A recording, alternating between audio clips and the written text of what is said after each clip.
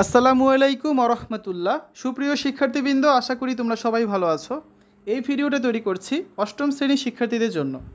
2024 সালের অষ্টম শ্রেণীর বাংলা বইয়ের ষষ্ঠ অধ্যায় সাহিত্য পড়ি সাহিত্য লিখি দ্বিতীয় পরিচ্ছেদ গল্প 156 পৃষ্ঠার 6.2.4 গল্পের গঠন বুঝি এই টপিকটা নিয়ে আজকে আমরা আলোচনা করব। যারা এখনও অন্যান্য বিষয়ের ভিডিওগুলো দেখোনি তারা আমাদের চ্যানেলের প্লেলিস্ট অপশন থেকে ঘুরে আসতে পারো। সেখানে অষ্টম শ্রেণীর বাংলা, ইংরেজি, গণিত, বিজ্ঞান, ডিজিটাল প্রযুক্তি, স্বাস্থ্য সুরক্ষা, জীবন ও জীবিকা, ইসলাম শিক্ষা, শিল্প ও সংস্কৃতি এবং ইতিহাস ও সামাজিক বিজ্ঞান প্রতিটা বিষয়ের জন্য আলাদা আলাদা করে প্লেলিস্ট তৈরি করা আছে।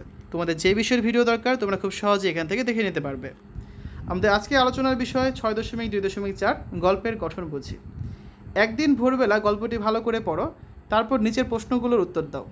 কাজটি প্রথমে নিজে করো এবং পরে সহপাঠীদের সাথে আলোচনা করে প্রয়োজনে তা সংশোধন করো। যেমন গল্পটির কাহিনী কী নিয়ে, কী ঘটনা আছে, কোন কোন চরিত্র আছে এবং লেখকের দৃষ্টিভঙ্গি কী, এই বিষয়গুলো আমাদের লিখতে হবে। ঠিক আছে, তো আসো আমরা ছকটা পূরণ করি। প্রথমে দেখব কাহিনী কী নিয়ে। বৃক্ষের প্রতি শিশুর ভালোবাসা, বৃক্ষ নিধনের প্রভাব সম্পর্কে ধারণা প্রদান করা। কী কী ঘটনা আছে? ফাল্গুন মাসের সকালে শিউলির বাগানে ফুল কুড়াতে যাওয়ার ঘটনা, গন্ধরাজ ফুল গাছের কাছে যেতে শিউলির ঝোপের ভেতরে হামাগুড়িতে ঢুকে পড়া, ওরে বাবারে মরে গেলাম রে আমাকে বাঁচাও রে চিৎকার শুনতে পাওয়া, ঝোপের মাঝে কথা শুনে শিউলির মাথার চুল দাঁড়িয়ে যাওয়া, ইট পাটকেলের নিচে চাপা পড়ে থাকা একটি চারাগাছকে বাঁচানো, একটি চারাগাছের সঙ্গে শিউলির কথোপকথন, গাছ কেটে বা বৃক্ষ নিধন করে মানুষ কীভাবে পরিবেশের বিপর্যয় ঘটাচ্ছে, চারাগাছের কাছে শোনা সেই ঘটনা, গাছের জন্য মানুষের মনে মায়া মমতা না থাকা এবং আইন করে বৃক্ষ নিধন বন্ধ করার বিষয়, ঢাকা শহরে শতাব্দীর পুরনো গাছ কেটে সেখানে কৃত্রিম ঝর্ণা তৈরি করা, বৈশাখ মাসে সূর্যের তাপ ও অতি উষ্ণতার জন্য বৃক্ষ নিধন কীভাবে দায়ী তা ব্যাখ্যা করা, চারা গাছের সঙ্গে কথা বলা, শিউলির চোখের ভুল মনে করে দৌড়ে ফিরে আসার ঘটনা রয়েছে এই গল্পে।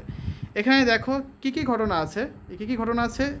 এই ছকটাতে হচ্ছে আমরা অনেকগুলো পয়েন্ট লিখেছি। তোমাদের বইয়ের জায়গা যা আছে তাই তুমি 2 থেকে 3টা পয়েন্টে বেশি লিখতে পারবে না। তারপরও তুমি ছোটো ছোটো করে লেখার চেষ্টা করবে।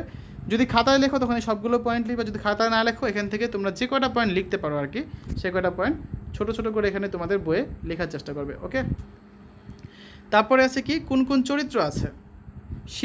শিউলির মা, গাছের শিকড় বা চারা গাছ। লেখকের দৃষ্টিভঙ্গি কী? বৃক্ষের প্রতি শিশুর ভালোবাসার সম্পর্ক গড়ে তোলা এবং গাছ কাটা বা বৃক্ষ নিধন করার দৃষ্টিভঙ্গি প্রতিফলিত হয়েছে একদিন ভোরবেলা এই গল্পটিতে। এ ছিল আজকে আলোচনা। পরবর্তী ক্লাসে আমরা 6.2.5 জীবনের সাথে গল্পের সম্পর্ক খুঁজি এই টপিকটা নিয়ে আলোচনা করব। মোট 3টা প্রশ্ন আছে। 156 পৃষ্ঠায় আছে একটা এবং 157 পৃষ্ঠায় বাকি 2টা প্রশ্ন আছে। এই 3টা প্রশ্নের নমুনা উত্তর আমরা পরের ক্লাসে দেখব। ঠিক আছে শিক্ষার্থীরা, এতক্ষণ তোমরা দেখলে অষ্টম শ্রেণীর বাংলা বইয়ের ষষ্ঠ অধ্যায়ের 156 পৃষ্ঠা 6.2.4 গল্পের গঠন বুঝি। আশা করি ভিডিওটা তোমাদের কাছে ভালো লেগেছে। আজ এখানে বিদায় নিচ্ছি। আল্লাহ হাফেজ।